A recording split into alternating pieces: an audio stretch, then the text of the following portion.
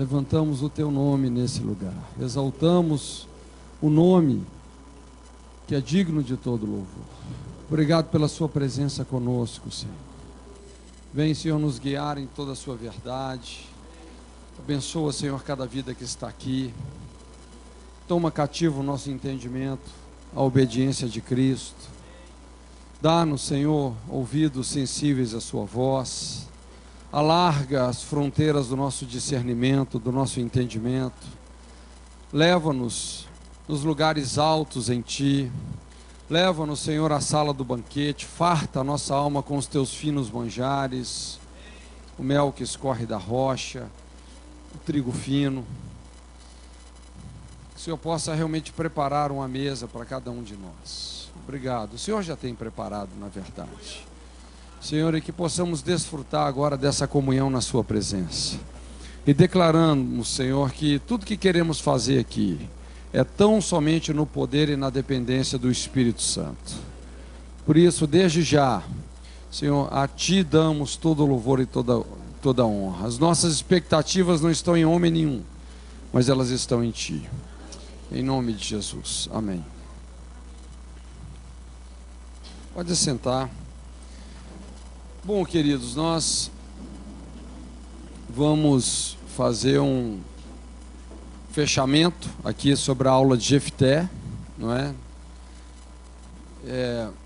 Estamos falando aí sobre perda dos vínculos familiares. Abordamos uma série de feridas sociais que são bem contemporâneas, não é?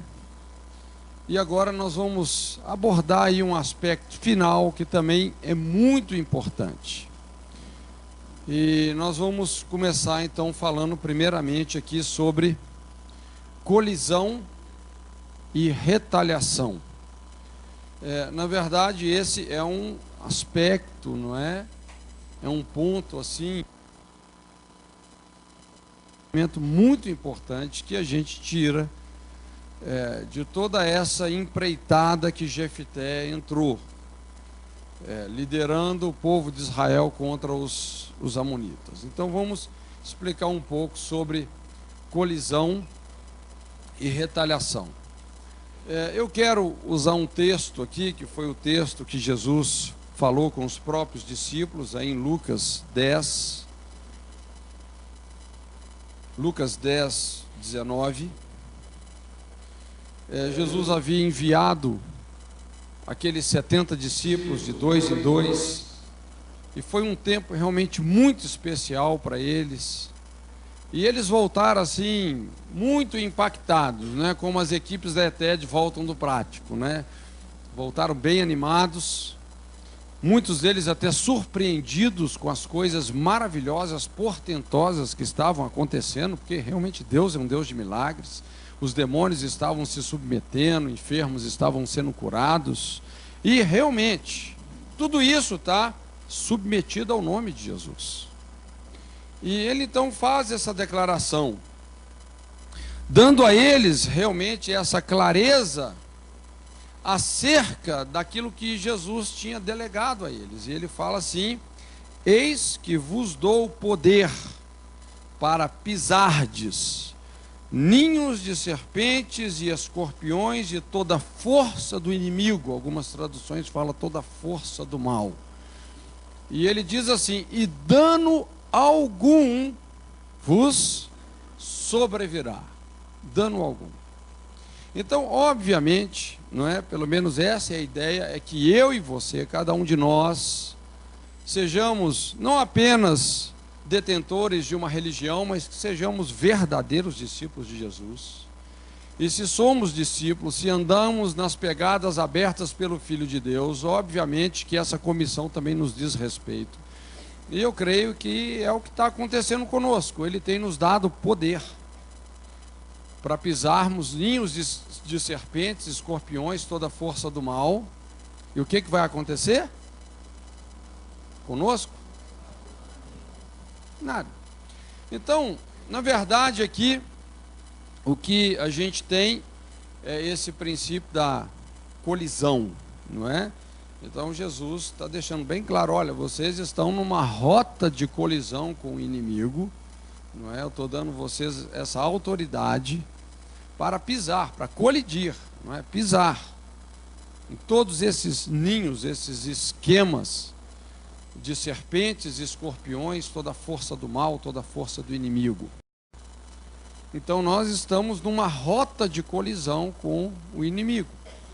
Eu sei que quando a gente fala sobre colisão e principalmente sobre retaliação, normalmente o pessoal fica um pouco assim grilado. Tem muita gente que entra numa perspectiva de batalha espiritual já com medo do que pode sofrer, não é verdade? Alguns até falam assim, olha, cuidado, porque se você trabalha muito na área de intercessão, de libertação, você vai sofrer retaliação. Isso é bíblico?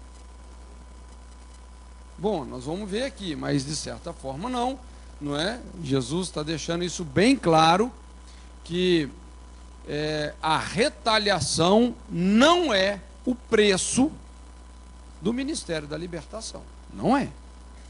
Dano algum vos sobrevirá. Ok? Agora, está subentendido nesse texto alguns princípios que eu gostaria de compartilhar com você. Não é? Nós vamos resumir isso em 3 princípios, que eu chamo aqui os princípios que vão te dar estrutura, infraestrutura, para que realmente você esteja nessa rota de colisão contra o inimigo e seja bem sucedido, não é? E esses princípios, eles estão implícitos nessa declaração que Jesus está fazendo.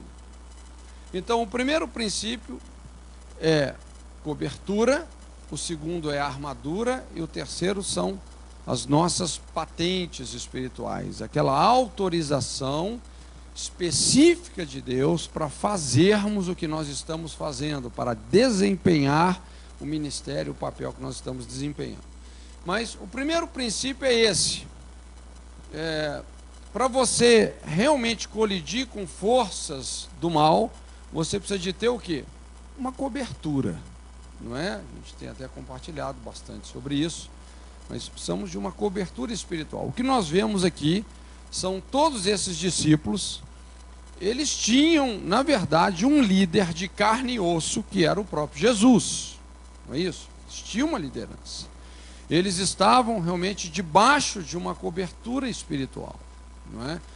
Então, é muito importante a gente entender que no mundo espiritual, no reino espiritual, nessa esfera, liderança é sinônimo de proteção. É muito importante a gente estar debaixo de uma cobertura, não é?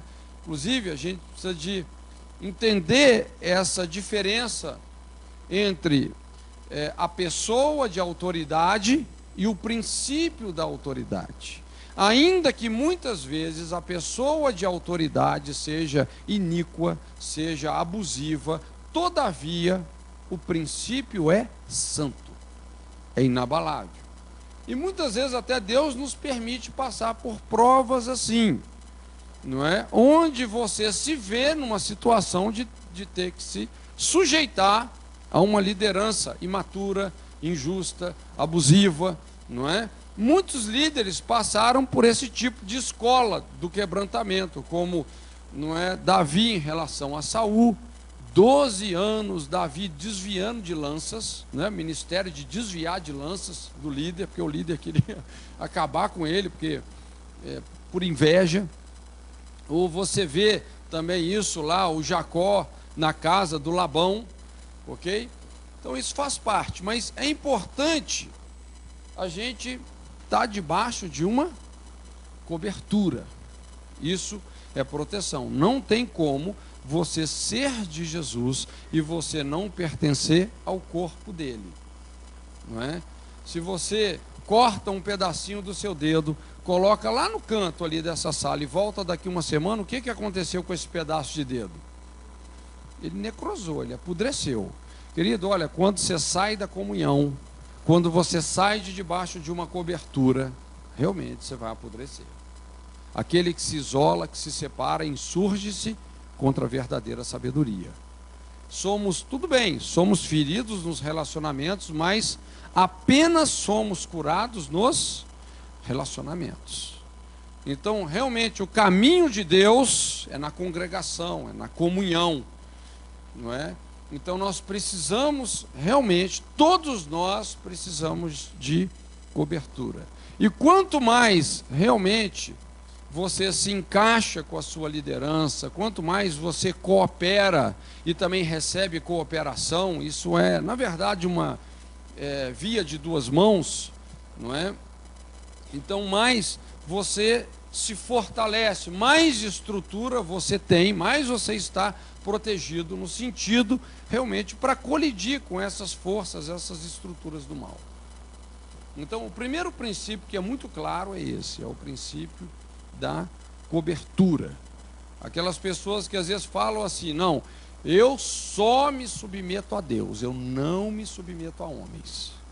Então, lógico, essa é a voz da amargura, da decepção, é a pessoa que realmente precisa de ajuda. E essas pessoas estão sempre expostas. São as pessoas que realmente têm uma tendência maior até de degringolar na vida espiritual, não é? Quanto mais a pessoa se afasta, mais vulnerável ela está ao inimigo, ok? Então, o primeiro princípio é cobertura. Veja bem, lógico, Jesus estava trazendo essa consciência, não é, de que estava dando a eles poder, quer dizer, mas isso estava vinculado a um princípio realmente de discipulado, de cobertura, de submissão. O segundo princípio que a gente também observa e que está subentendido nesse texto é armadura. E armadura realmente é algo assim muito chave na palavra de Deus. Você vai observar que muitas situações de conflito espiritual, o que realmente vai fazer toda a diferença é a armadura que você tem. Muitas vezes a guerra é uma guerra de armaduras. Eu gosto muito daquela situação lá, o Davi versus Golias, não é? E quando você vai olhar realmente o que estava acontecendo, o que realmente ocorreu ali, foi uma guerra de armaduras. É interessante, não é?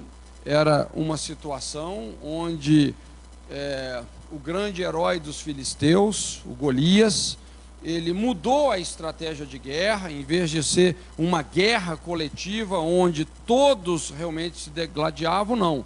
Ele resolveu fazer um desafio de âmbito pessoal. E só que quando ele fez esse desafio, alguém que o enfrentasse pessoalmente, não é? Ele era uma figura assim tão imponente. Inclusive aí a Bíblia, quando a Bíblia descreve a sua armadura, inclusive até o peso da lança, era assim algo realmente absurdo. O cara era uma verdadeira máquina de guerra e realmente nenhum daqueles homens puderam enfrentá-lo. E o que dá a entender é que realmente essa armadura de Golias era uma coisa intimidatória. E ele estava então fixando aquela afronta, não é isso? Já por 40 dias, pela manhã e pela tarde, fixando a afronta, humilhando, execrando, massacrando psicologicamente todo o exército de Saul, e ninguém era capaz de enfrentá-lo. Muito pelo contrário, a Bíblia fala que quando ele se apresentava para fixar, para repetir a mesma afronta, os guerreiros de Israel fugiam apavoradamente, estavam traumatizados. E é quando então Davi, acho que Davi era mineiro, né? Foi levar o queijinho lá para os irmãos, não é? Então ele ouve pela 40ª vez Golias fixando a afronta, e ele fala: quem é esse incircunciso filisteu para afrontar dessa forma as fileiras do Deus vivo? Então a Bíblia descreve lá também a armadura de Saul. Inclusive Saul quis colocar a armadura dele em Davi, porque quando Davi falou: não, vou enfrentar esse cara, meu filho, ele vai te esmagar, pelo menos pega a minha armadura. Gente, Saul só tinha casca. A armadura de Saul. E olha, a armadura não é um negócio que dá para emprestar, não. Você precisa ter a sua, porque é feito sob medida. Não vai tentar lutar com a armadura emprestada que não funciona. Você lembra lá os filhos de Seva? Em nome do Jesus que Paulo prega, vos esconjuro. Bom, eu conheço, que sermão, acho que um dos melhores sermões da Bíblia, pregado por um demônio, não é? Eu conheço Jesus, conheço mesmo, temo e tremo, não é? Paulo também sei quem é, mas e vós, quem sois? E ó, deu uma surra nos caras, né? Esse é o perigo de você ficar guerreando com a armadura dos outros, não dá certo, não é? Mas ali é uma guerra de armaduras. E é interessante que, inclusive, aí vem as estratégias de Deus. Nós sabemos como que Davi degolou o gigante com a própria espada dele, não é? Então foi, lógico, a armadura de Davi. Davi estava vestido e revestido do nome do Senhor dos Exércitos. Quando a Bíblia fala que Golias olhou para Davi e o desprezou. A Bíblia fala que Golias o amaldiçoou pelos seus deuses. Ali, gente, já virou realmente uma batalha espiritual. Quando Golias amaldiçoou Davi pelos seus deuses, por Dagon, toda aquela tralha, Davi falou: eu vou contra ti em nome do Senhor dos Exércitos. Essa é a armadura dele. E realmente, aquela pedra que ele tirou do ribeiro, sempre entre você e o gigante tem um ribeiro. E é indo na direção do gigante que você vai atravessar o ribeiro. Tem um fluir do Espírito, de onde você vai tirar verdades, as verdades de Deus, que derrubam as intimidações de Satanás. A pedra na fronte, derrubando mentalidades, desfazendo sofismas, estruturas de medo, de pânico, de intimidação. Então nós vemos aí uma guerra de armaduras, não é isso? Quando você vai lá em Gálatas, Gálatas não, em Efésios, Paulo também fala sobre a armadura de Deus, ok? E o que é a armadura de Deus? São valores, não é verdade? É o capacete da salvação, a couraça da justiça, o cinturão da verdade, o escudo da fé, calçar os pés na preparação do evangelho da paz, não é? Então, a gente vê aí a armadura de Deus. Quando você entra numa rota de colisão com o inimigo, nós temos que estar vestidos e revestidos desses valores. Na verdade, a armadura é o próprio Jesus. Então não adianta só, assim, você verbalizar que você está colocando a armadura, não é? Tudo bem, é importante você verbalizar a Bíblia.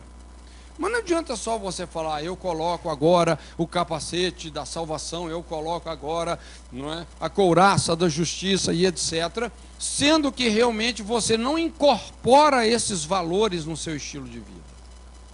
Irmãos, nós precisamos de ser coerentes, não é? Então veja bem que a armadura nos protege por inteiro. E olha que interessante, porque Jesus está falando aqui sobre pisar ninhos de serpentes, escorpiões. Agora, você pode pisar num ninho de serpentes, escorpiões, descalço? Você pode pisar? Pode. Num ninho de serpentes, escorpiões, descalço? Poder até pode, só não deve. E tem muito doido por aí fazendo exatamente isso. E o que é você pisar num ninho de serpentes e escorpiões descalço? Qual que é o calçado? O calçado da preparação do evangelho da paz. Se não existe paz nos seus caminhos, se você não segue a paz com todos e a santificação sem a qual ninguém verá o Senhor, você está descalço. Você está descalço, não é? Então, lógico, gente, está subentendido aqui que para você pisar ninhos de serpentes e escorpiões, você tem que ter um estilo de vida de seguir a paz com todos. Você não pode tolerar amargura, ressentimento na sua vida. Você tem que lidar realmente e ter o perdão como um exercício, uma prática constante de vida. Está subentendido isso? Lógico que sim. Então, quantos já viram aqui pessoas amarguradas, uma pessoa que não conversa com a outra, um pastor que não conversa com o outro, mas o cara é o bambambam da guerra espiritual? O que vai acontecer com essas pessoas, gente? Quando você peca contra esses princípios, você está abrindo brechas na sua armadura.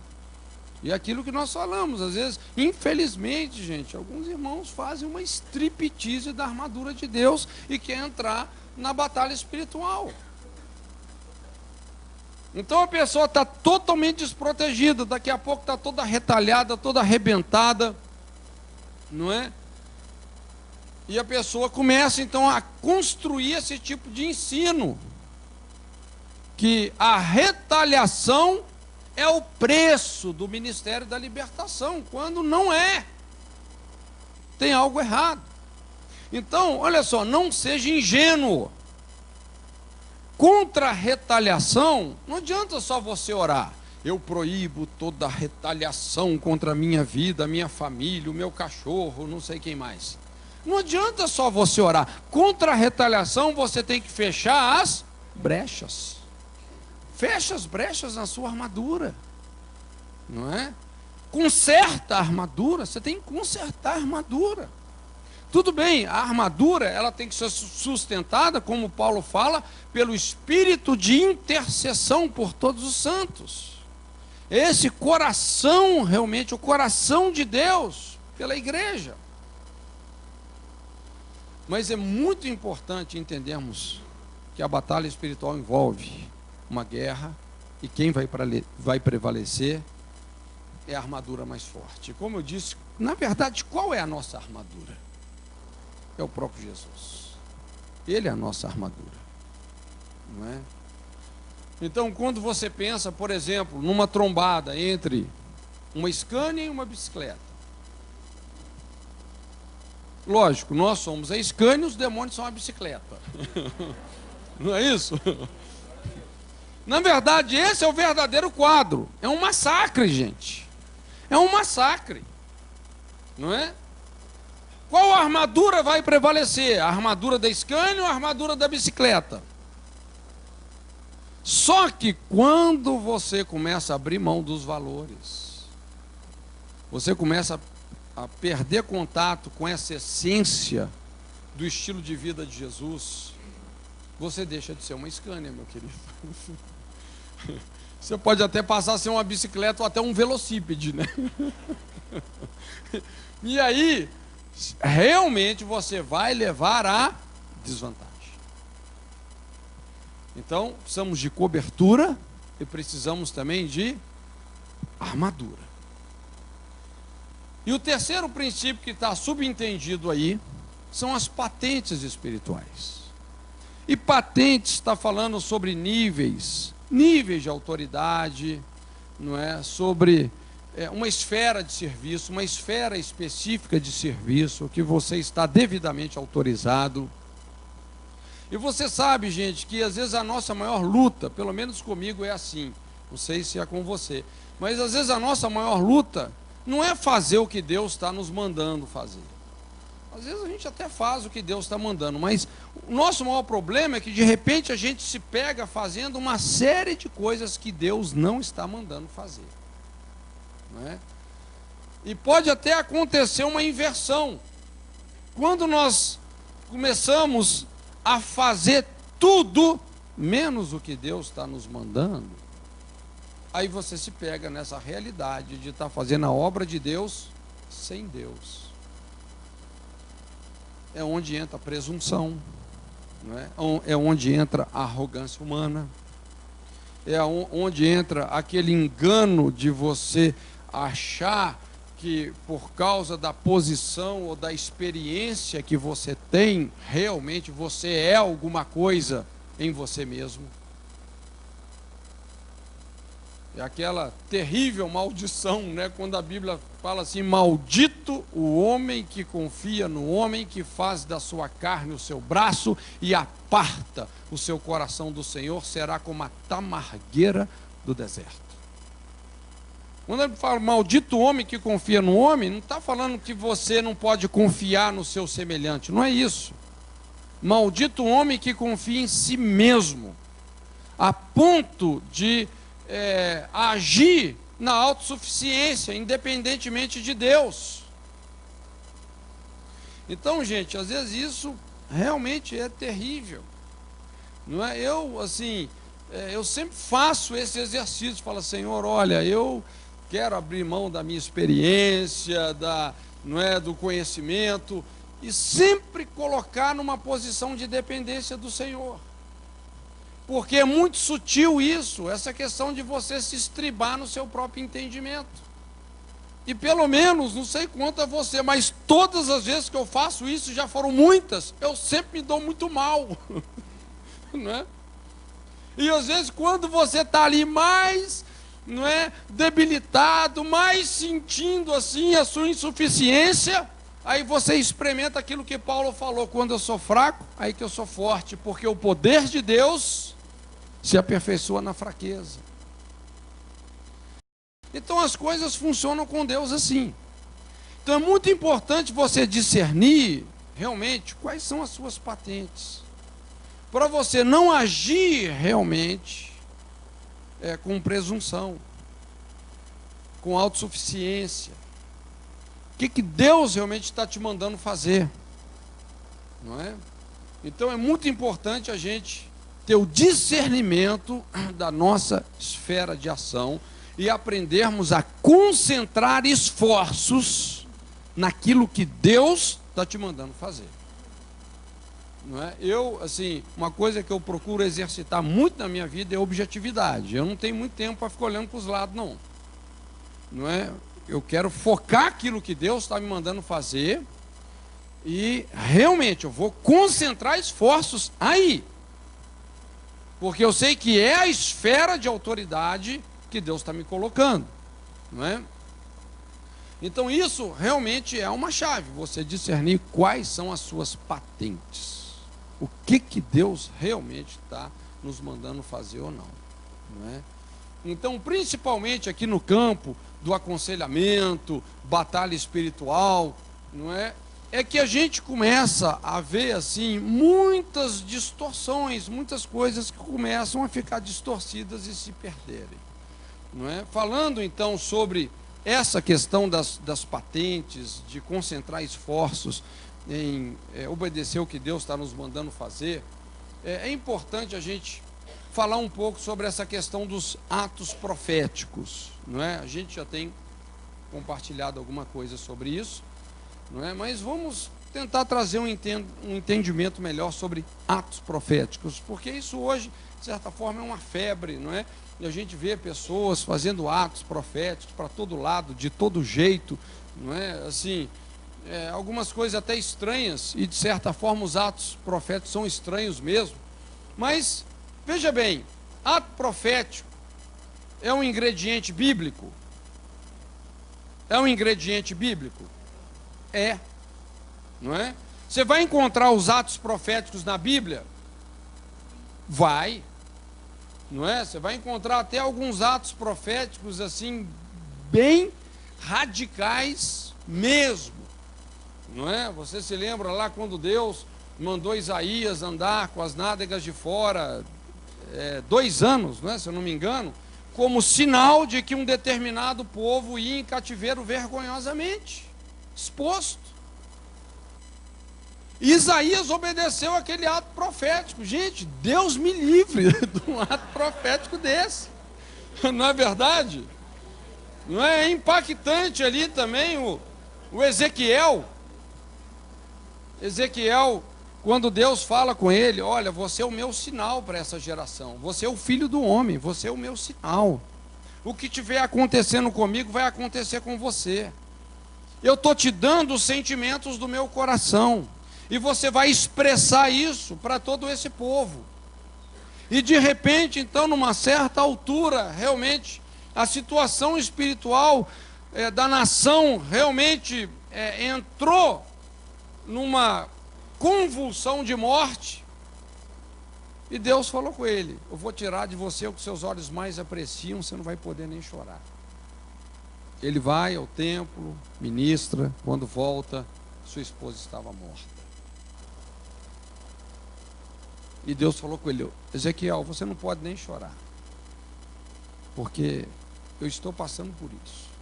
Jerusalém morreu, a minha esposa está morta. E você é o sinal para essa geração do que está acontecendo comigo. Quando chega em Oséias, então, gente, nem se fala. Não é? Ali é radical demais. Deus fala: meu filho, vai lá, prostíbulo, tira aquela mulher de lá, tipo assim, dá uma faxinazinha nela, casa-se com aquela prostituta, porque eu, o Senhor, estou casado com uma meretriz. Deus estava casado com a meretriz, e o profeta, expressando essa situação insustentável de Deus com a nação, casa-se com uma meretriz, tem filhos com ela, e aqueles filhos sinalizam os juízos de Deus que vão vir sobre a nação. Gente, olha, o livro de Oséias é um livro dramático, mas muito lindo. É uma revelação do amor de Deus, como dificilmente a gente vê na Bíblia, não é? Mas a gente vê que, quando você estuda a vida dos profetas, esses atos proféticos eram estranhos mesmo, não é? E muitos de nós ficamos até com medo assim de ser um profeta, não é verdade? Mas ato profético é algo bíblico, realmente é algo bíblico. Agora, o que faz um ato profético ser profético? O que faz um ato profético ser profético? Isso é uma palavrinha só: obediência. Não é? Que nós estudamos ali em Josué no capítulo 6, quando as fortalezas de Jericó ruíram por terra.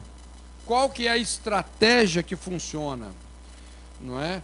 O que faz com que uma ação criativa realmente tenha poder? É que ela venha de Deus, que ela seja o resultado de uma obediência realmente irrestrita a uma direção que Deus está dando, não é? Por isso que um dos maiores erros, e uma coisa que a gente sempre volta nesse ponto, né?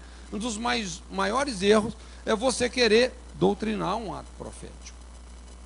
Essa é uma das principais brechas para o espírito de religiosidade entrar, não é? Quando você começa a doutrinar um ato profético, fazer de uma direção que Deus te deu agora uma doutrina, não é? Então é muito importante a gente ter essa essência. Então, se você está fazendo algum ato, seja lá fincando estaca, derramando vinho, ungindo, unge aqui, unge ali, mas se o Espírito Santo não mandou você fazer isso, há virtude nisso que você está fazendo?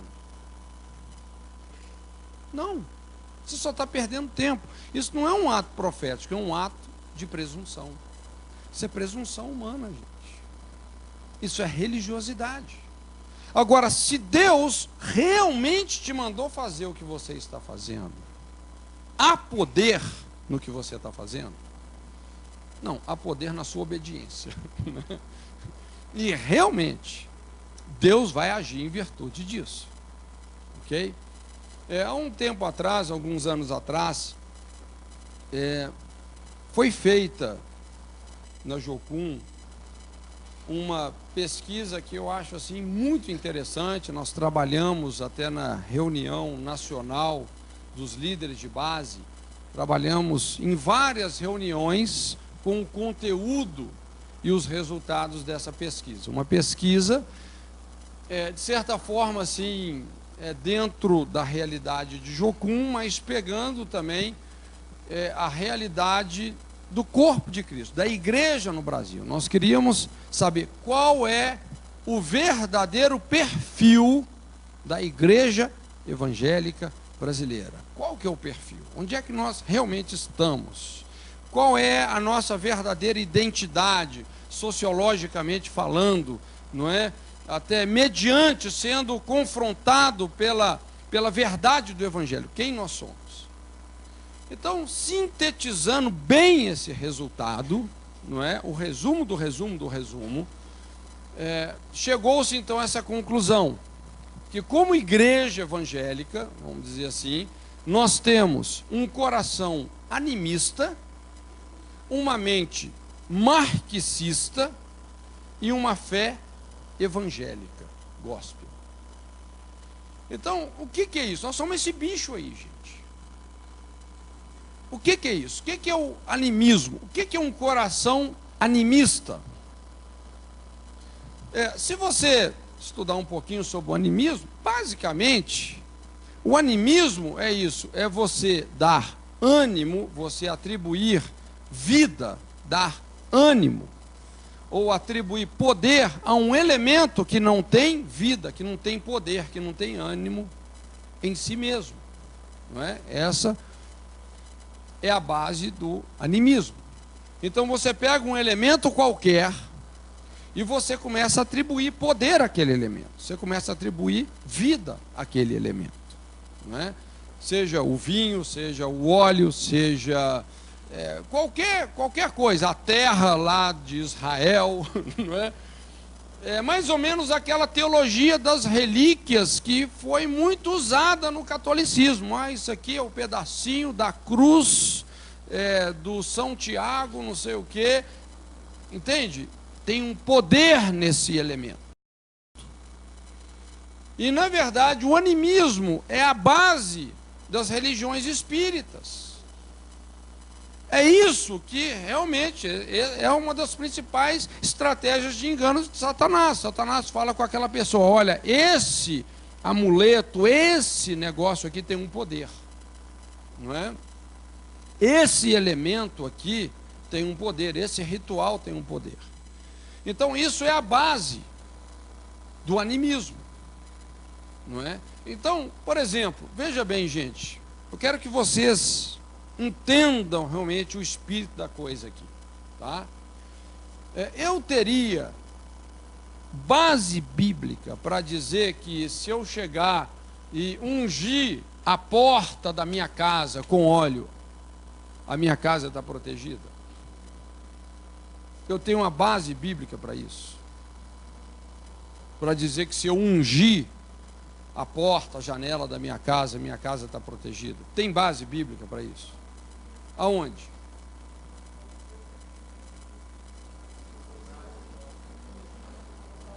Tá.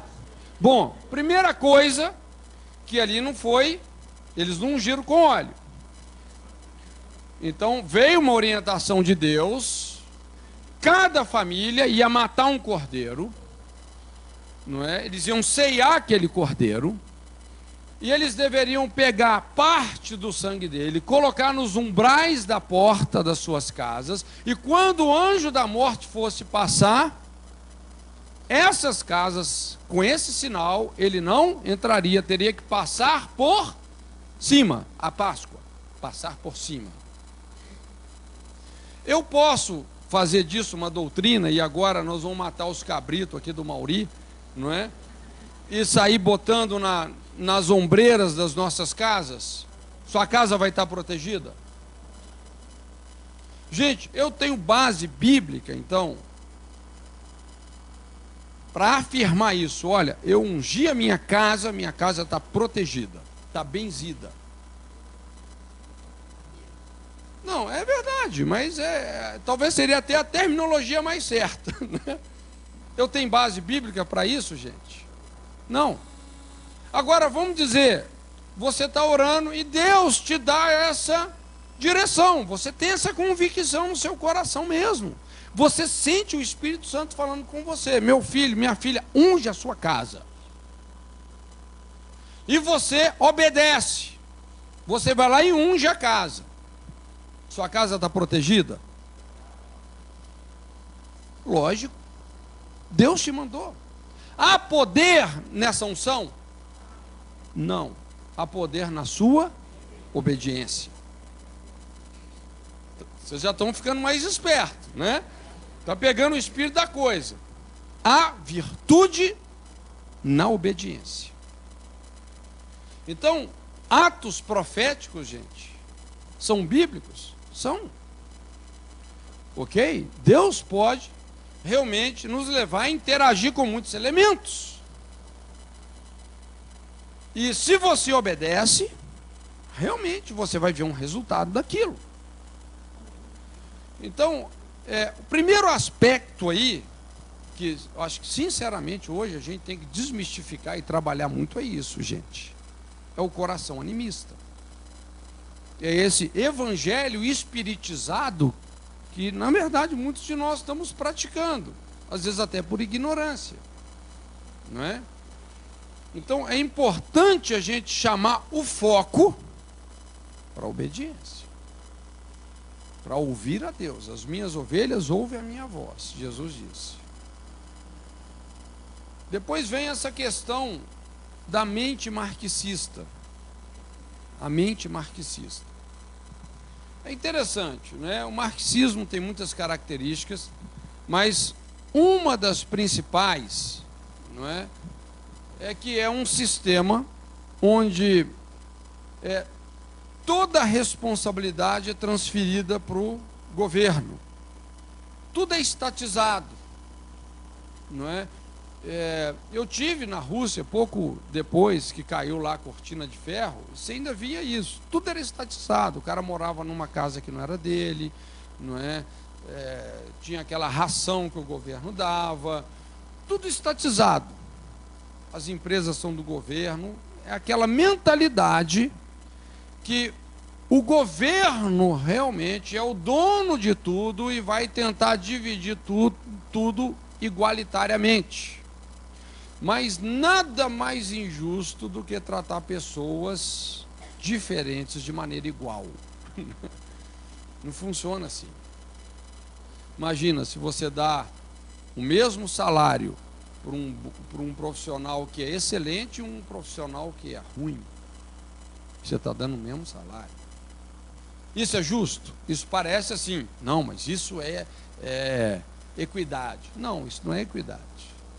Tem vários outros parâmetros que têm que ser levados em consideração. Então, essa é a matemática do reino de Deus. Ao que muito é dado,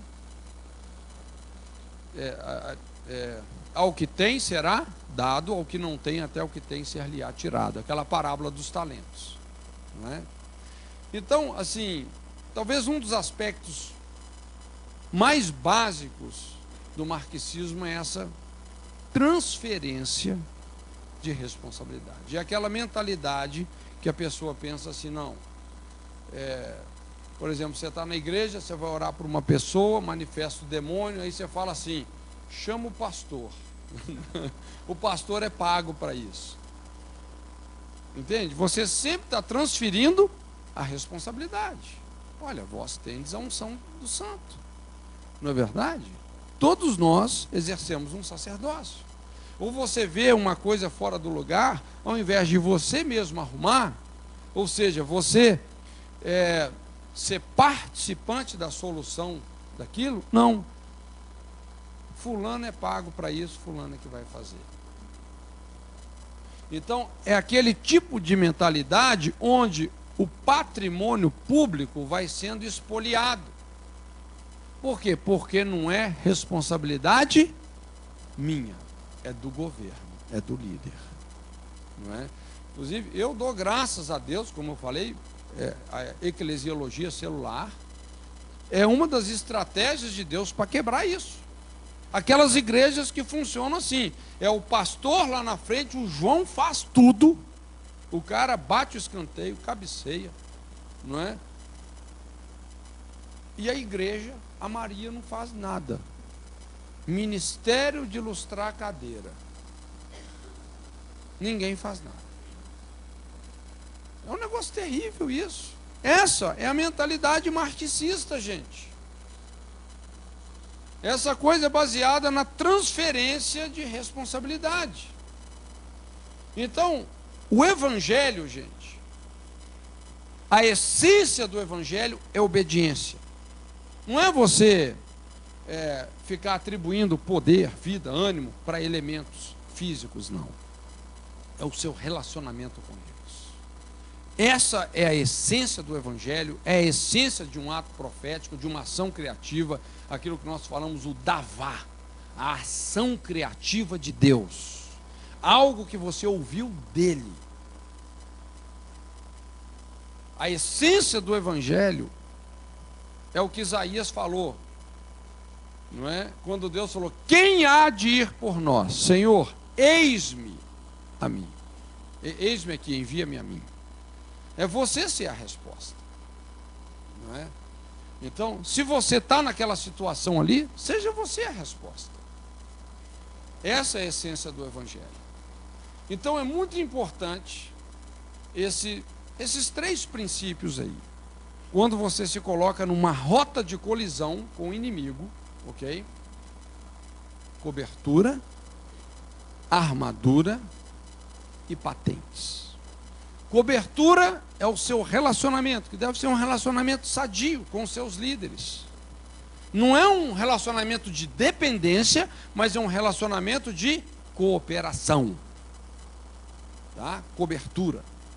A armadura é o seu relacionamento com os valores do Evangelho. Não adianta só você ter um rótulo religioso, gente. Não adianta. Por isso que eu sempre falo, às vezes, o principal lugar para se esconder de Deus é dentro de uma igreja. Atrás de um rótulo religioso.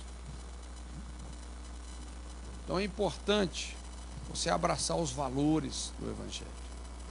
E também discernir as suas patentes. O que Deus está te mandando fazer, concentra esforços nisso.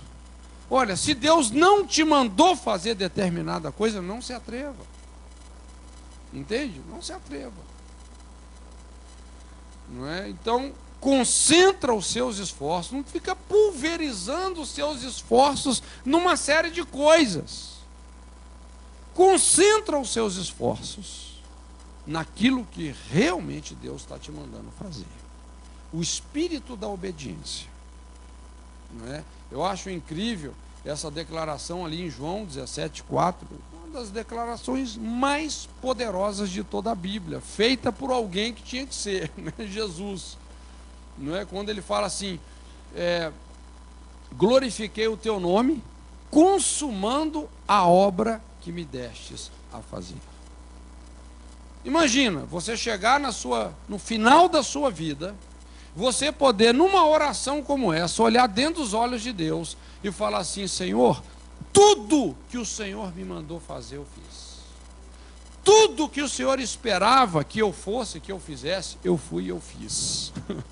Glorifiquei o teu nome, tendo consumado, terminado a obra que me deste a fazer. Com 33 anos só. Não é?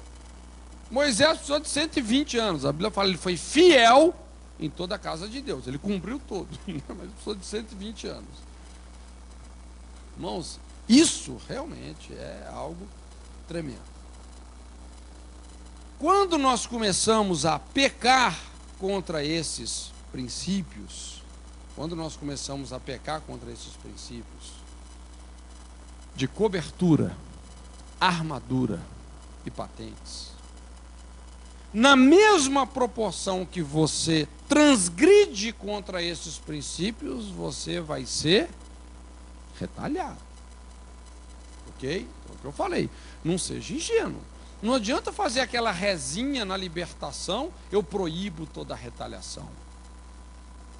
Entende? Olha, meu querido, realmente, cobertura, armadura e patentes. Não é?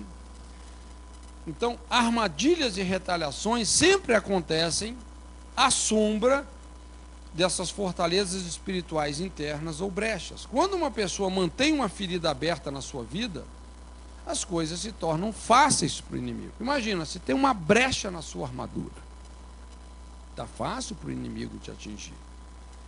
As feridas da alma, essas brechas, esses valores corrompidos, tornam a pessoa numa presa fácil.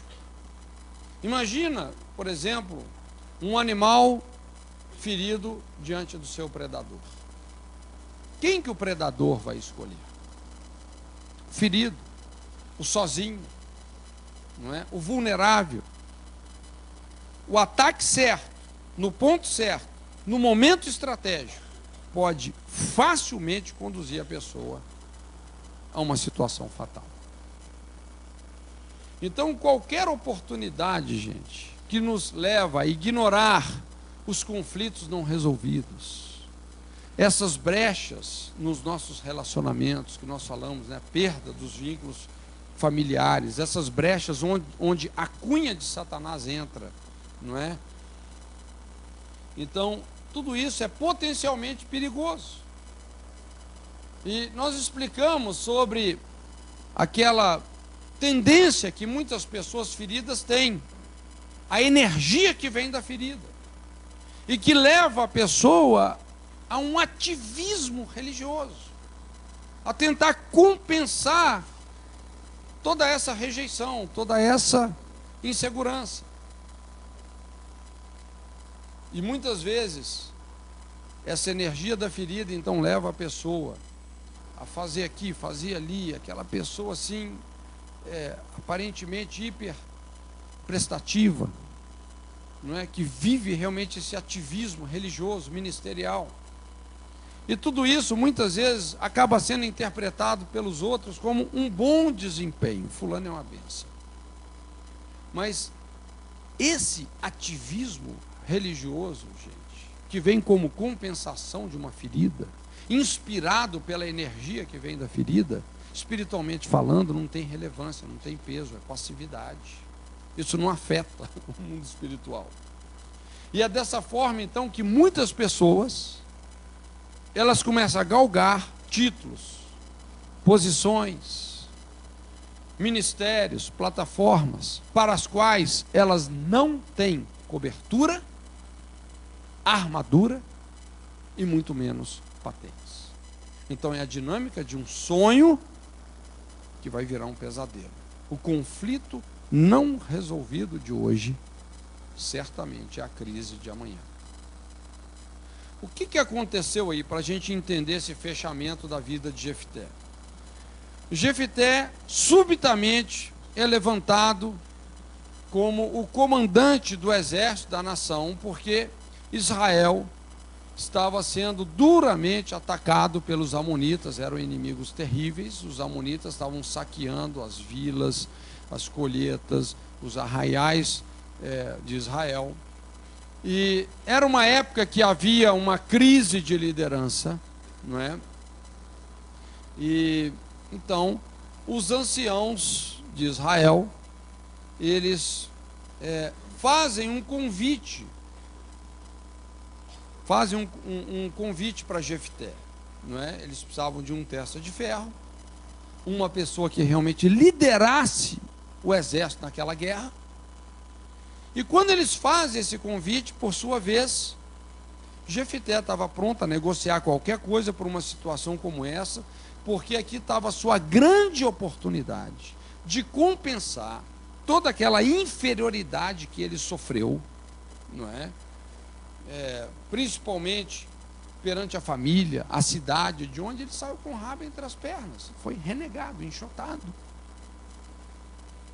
Então, diante disso, diante dessa oportunidade, ele pensa assim: não, essa é a minha grande chance para uma vingança emocional, não é?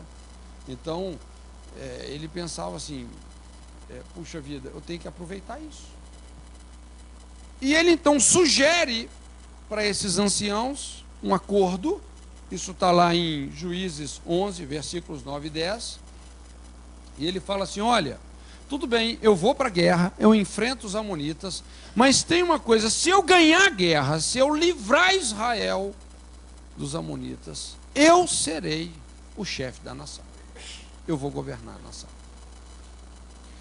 E esses anciãos, sem ter outra opção, eles fazem um juramento, eles fazem uma aliança com Jefté, entraram em aliança, e eles falam aqui: não, nós juramos diante do Senhor, que se você ganhar essa guerra, Você vai ser o nosso líder, você será o nosso chefe. Então olha só, gente, Jefité, depois de ter sido deserdado pelos irmãos, abandonado pelo pai, envergonhado pela mãe, expulso de casa pelos anciãos da sua cidade, ele começa a pensar assim: se eu ganhar essa guerra,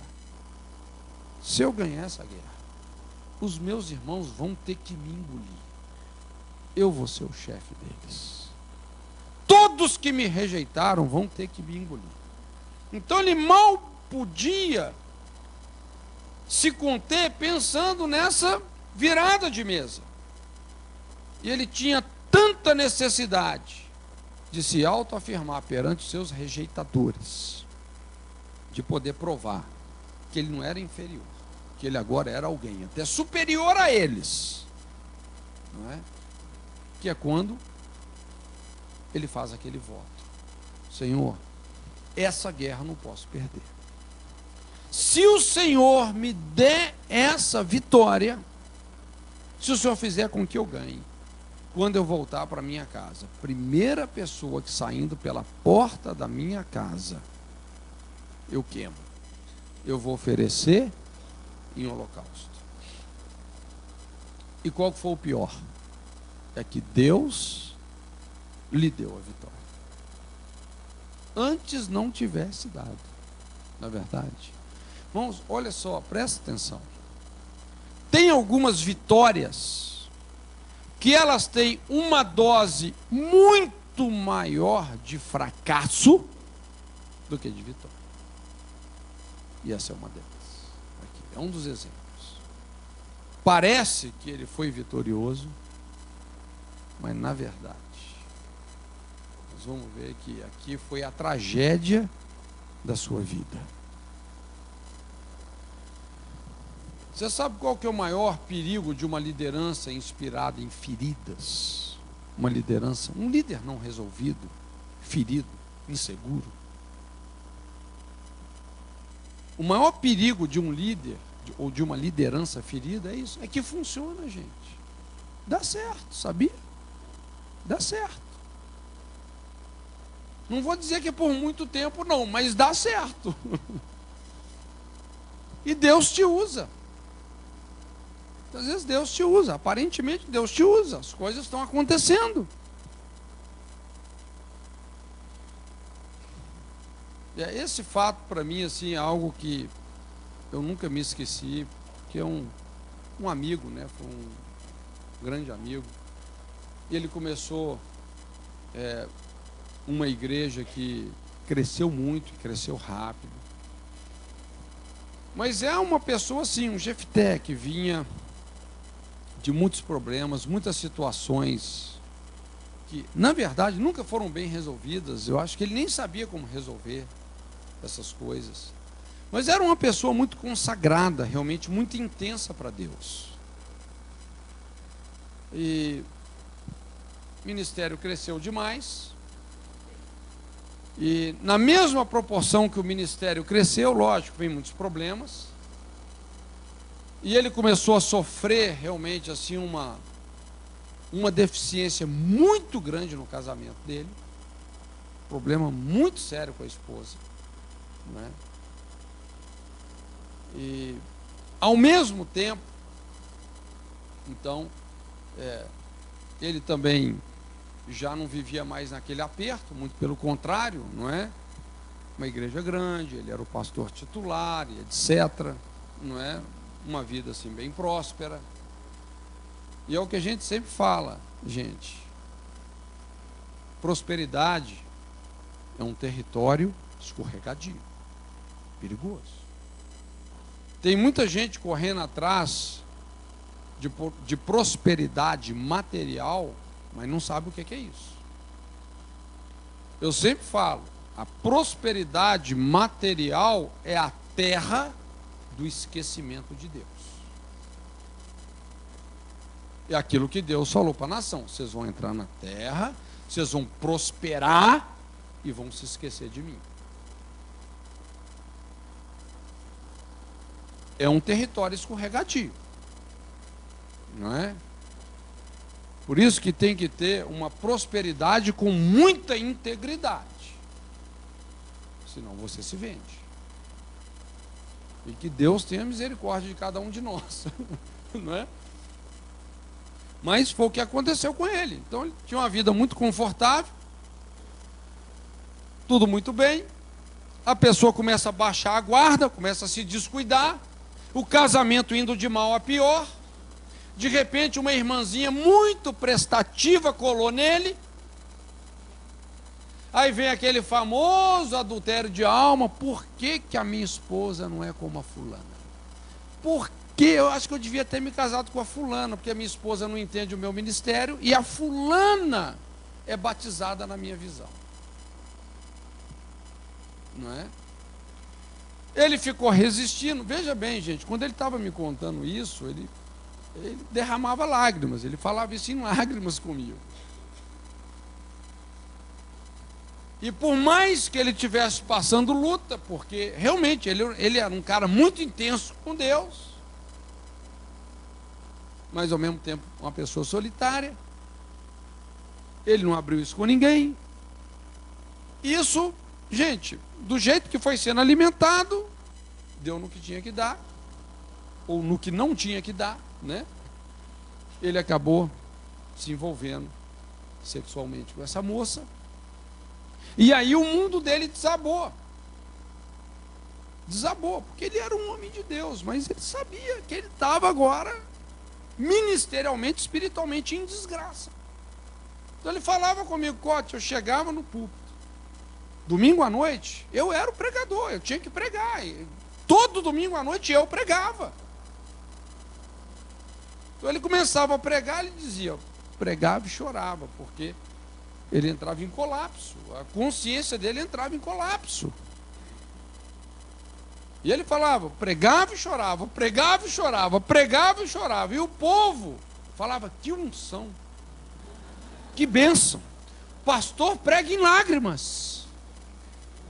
E ele falava assim, eles não faziam nem ideia do conflito, da confusão que estava dentro de mim. Só que as coisas estavam acontecendo. Deus usava ele. Pessoas se convertiam, pessoas ficavam sensibilizadas, né, com a dor dele, porque era a dor dele. Aquilo não era uma lágrima de unção, era a dor espiritual, misturado com condenação, tudo isso que ele estava sentindo. E muita gente se convertia, inclusive alguns eram curados. Mas ao mesmo tempo, vários casais, os mais fracos, começaram a cair em adultério. Ele estava impartindo com a igreja um espírito de adultério. Não é? Então, gente, é o que nós falamos. Esse é o princípio ativo para construir um escândalo. Foi só uma questão de tempo. Essa situação vazou. Ele foi descoberto. Irmãos, olha, foi uma tragédia. Eu pessoalmente tive a terrível infelicidade de participar da reunião de ata, que foi como é que fala assim? O encerramento da igreja. Acabou a igreja. Os bens estavam sendo dados. Eles estavam dando os bens. Eu participei dessa reunião. Isso é retaliação. É quando você acerta o inimigo, mas o inimigo também te acerta e te acerta mais bem acertado que você acertou ele. É o que a gente vê aqui em Jefté. Jefté, ele ganhou a guerra, mas ele perdeu a sua descendência. Nós sabemos que essa pessoa que saiu pela sua porta foi sua própria filha. Não é? Eu não quero entrar no mérito da questão se ele realmente sacrificou a filha ou se só consagrou ela como uma mulher virgem, né? Que não viesse a se casar. Mas como era filha única, ali acabou a sua descendência. A Bíblia fala que 7 anos depois morreu Jefté. Então é exatamente essa dinâmica do líder palito de fósforo, né? Aqueles líderes que eles e depois queima toda a estrutura, não sobra nada. Aqueles ministérios tão rápidos que se levantam assim com toda a intensidade, mas que não, a estrutura não suporta.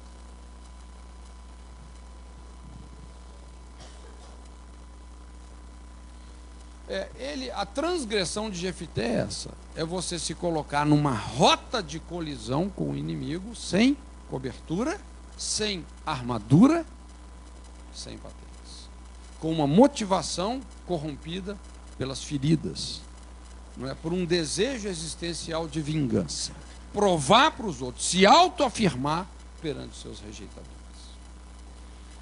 E só então fazendo aqui o último fechamento, a última questão, não é? Contra quem Jefté foi lutar? Contra os amonitas. Esse era o exército inimigo. E quem eram os amonitas? Eram um dos piores inimigos de Israel. Veja bem, gente, é importante conhecer o inimigo, não é? Isso gera algumas informações que podem até fazer uma diferença entre a vitória e a derrota. Nós não temos que ficar supervalorizando o inimigo, mas também nós não temos que ignorá-lo.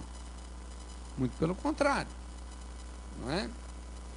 Então, em qualquer tipo de combate, estudar o inimigo é um ponto importante. Então, quem eram os amonitas? Eram os filhos de um homem chamado Amon, os descendentes de Amon. E o Amon era o descendente, o filho de Ló, com uma de suas próprias filhas, Amon e Moabe. O Ló se deixou embriagar, desonrar pelas filhas, e gerou com cada uma das suas filhas um filho, que se tornaram uma nação, cada um deles. Amon, a nação dos amonitas, e Moabe, a nação dos moabitas. Eram os piores inimigos de Israel. Você pode olhar, inclusive a Bíblia fala assim: Moabe é a minha bacia de lavar. Quando Deus queria realmente tratar com Israel, levantava os moabitas. Você pode olhar na Bíblia, sempre que Israel se afastava de Deus, os inimigos se aproximavam, né? Funciona assim. Mas Amon e Moabe eram os filhos de Ló com as suas filhas. Isso está lá em Gênesis 19, de 24 a 38. Eles eram, na verdade, filhos bastardos, frutos de incesto. O Ló era, ao mesmo tempo, o pai e o avô deles, não é isso? Então a gente pode identificar esse principado demoníaco de Amon como sendo o quê? Perversão sexual. Agora, qual era o caráter do estigma que também descompensou a vida de Jefté? Qual era o problema de Jefté? A essência do problema dele.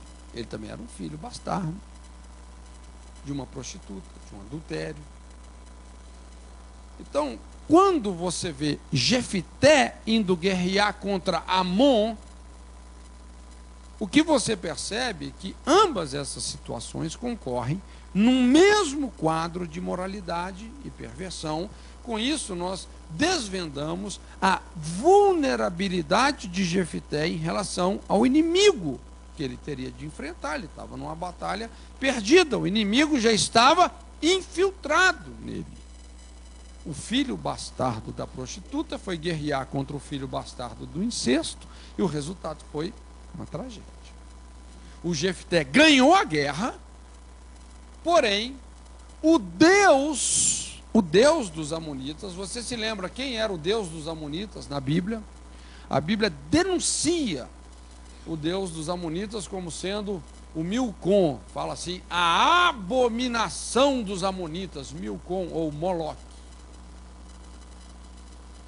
E o que Moloque exigia das pessoas que serviam ele?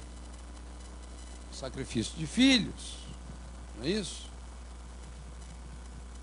Então, o Moloque se infiltra na mentalidade de Jefté. E é quando ele faz esse voto inspirado nas suas feridas. Mas Jefté está fazendo um voto a quem? Não, ele está fazendo um voto a quem? A Deus, a Jeová. Agora, é possível você fazer um voto a Deus inspirado por Moloque? Pode acontecer isso? É o que a gente vê acontecendo, não é?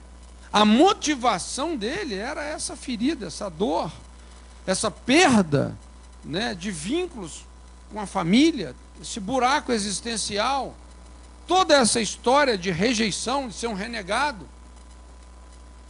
Então ele faz um voto a Deus, mas inspirado por Moloque. Tanto é que o voto dele é um voto estranho. É um voto que condiz com o caráter de Deus.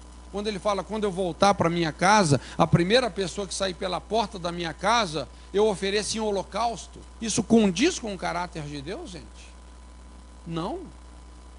Não é? Na verdade, a gente só vê uma vez Deus provando a Abraão, não é, pedindo que ele vá até o Monte Moriá, mas ali não foi o sacrifício de Isaac, ali foi o sacrifício de Abraão. Então, essa ideia de oferecer em holocausto uma pessoa de dentro da casa, gente,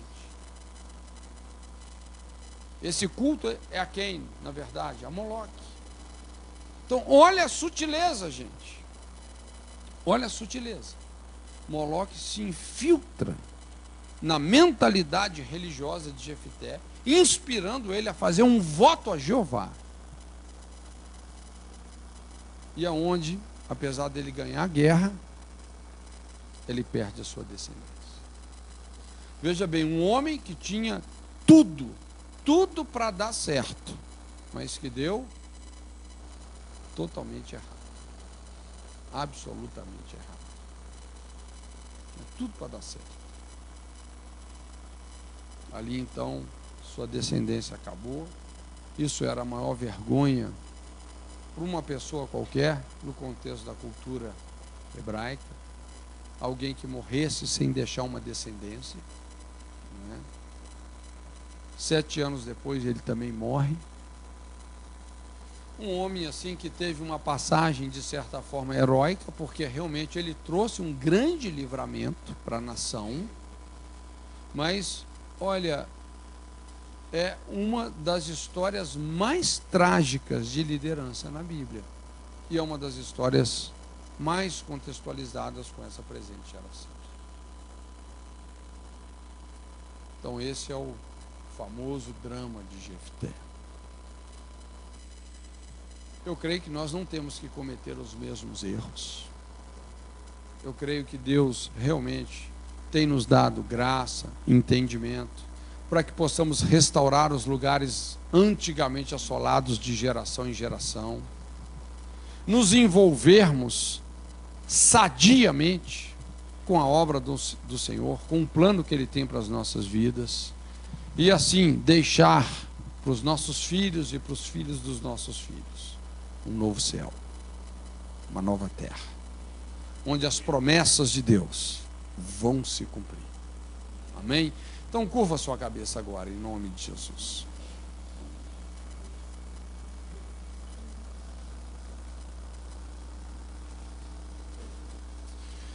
Deixa o Espírito Santo falar com você, né?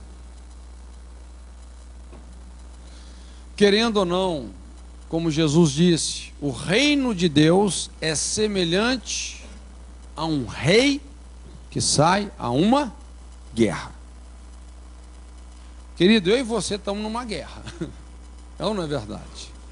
Não tem trégua não. O diabo não tira férias. Não tem trégua. Nós estamos numa guerra. Nós estamos numa rota de colisão. No nosso caminho vão ter ninhos. Ninhos de serpentes, escorpiões. armadilhas, toda a força do mal, os laços.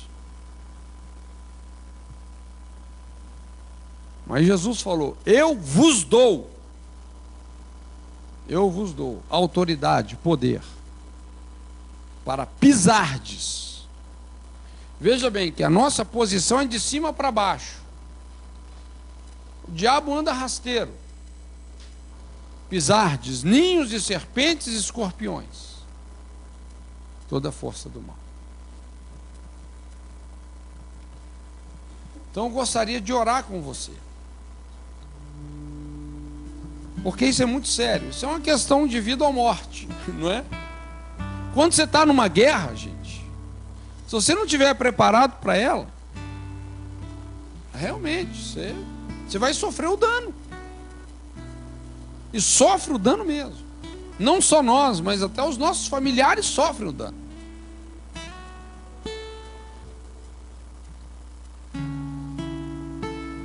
Então, se nessa noite você precisa refazer no seu coração suas motivações em relação à sua cobertura, não é? Talvez você precise de algum conserto. Ou se você precisa realmente de reaparelhar a sua armadura. Deus tem armas, tem uma armadura para cada um de nós. Ou afinar os seus ouvidos com a voz de Deus, entendendo aquela autorização legítima que Ele está te dando para você fazer o que você está fazendo, sem presunção, sem arrogância, mas por pura obediência. Se de alguma forma você tem pecado contra esses princípios, e se nessa noite você quer fazer um concerto com Deus, eu quero estar junto com você aqui, eu quero orar. Quero orar juntamente com você. Sai do seu lugar, vem aqui, nós vamos terminar assim, tendo um momento aqui de oração. Um momento de concerto, não é?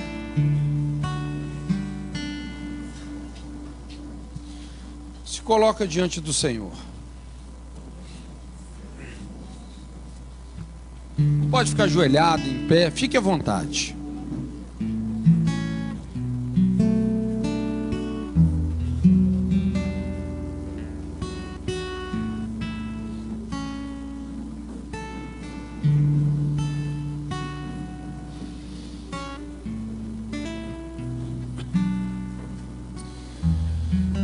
Pai, no nome de Jesus, nós queremos nos colocar diante de Ti.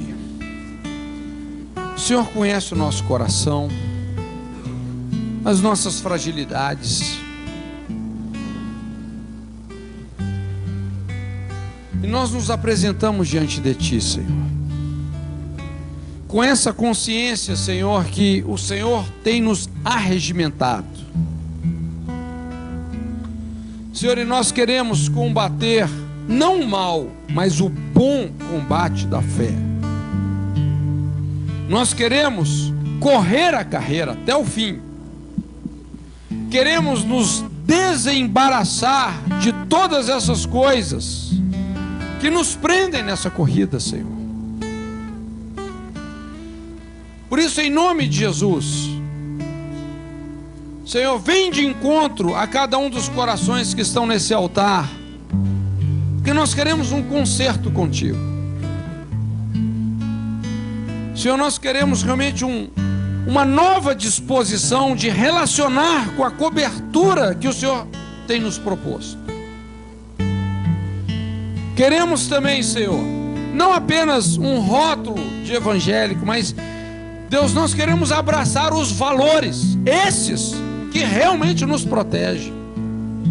Não vamos negociar o capacete da salvação, o escudo da fé, a couraça da justiça, o cinto da verdade, a paz nos nossos relacionamentos, a espada do Espírito, palavra da verdade. Senhor, e nós nos arrependemos, Senhor,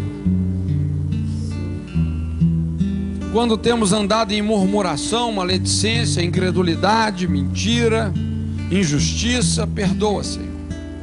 Fazemos um concerto contigo. Que o Senhor possa aplainar os nossos caminhos. Aplaina. Remove os montes, preenche os vales, distorce o que está torcido. Faz-nos andar num caminho direito. Senhor, e também eu oro por patentes espirituais. O discernimento da sua boa, perfeita e agradável vontade. Senhor, aquela palavra diretiva, aquele entendimento acerca da esfera de ação, nosso comissionamento, nosso chamado. Deus, nós queremos concentrar esforços em fazer o que o Senhor está nos mandando fazer. Perdoa-nos, Senhor, pelas nossas ansiedades, a nossa conduta impulsiva, arrogante, presunçosa, muitas vezes guiados pelas nossas carências, querendo chamar a atenção das pessoas para nós. Perdoa, Senhor, mas realmente alinha-nos com essa autorização, com essa patente que o Senhor tem para cada um de nós. Senhor, e dessa forma, em nome de Jesus, nós queremos experimentar realmente, Senhor, essa dinâmica ministerial de pisar ninhos de serpentes, escorpiões, toda a força do mal, tendo essa certeza que nada, absolutamente nada, dano algum, nos sobrevirá. Em nome de Jesus, esse é o nosso concerto contigo nessa noite. Inclina para o coração dessas pessoas nesse altar. Inclina, Senhor. Em nome de Jesus. Fique na liberdade, nós vamos adorar ao Senhor. Deixe o Senhor ministrar a sua vida. Fique na liberdade.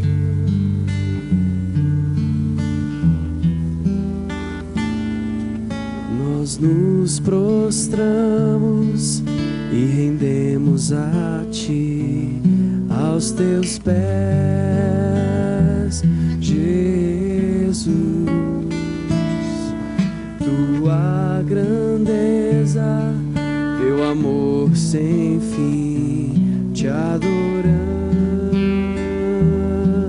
Jesus. Clamamos, Santo, Santo, Santo. Clamamos, Santo, Santo, Santo. Clamamos, Santo, Santo, Santo. É o Cordeiro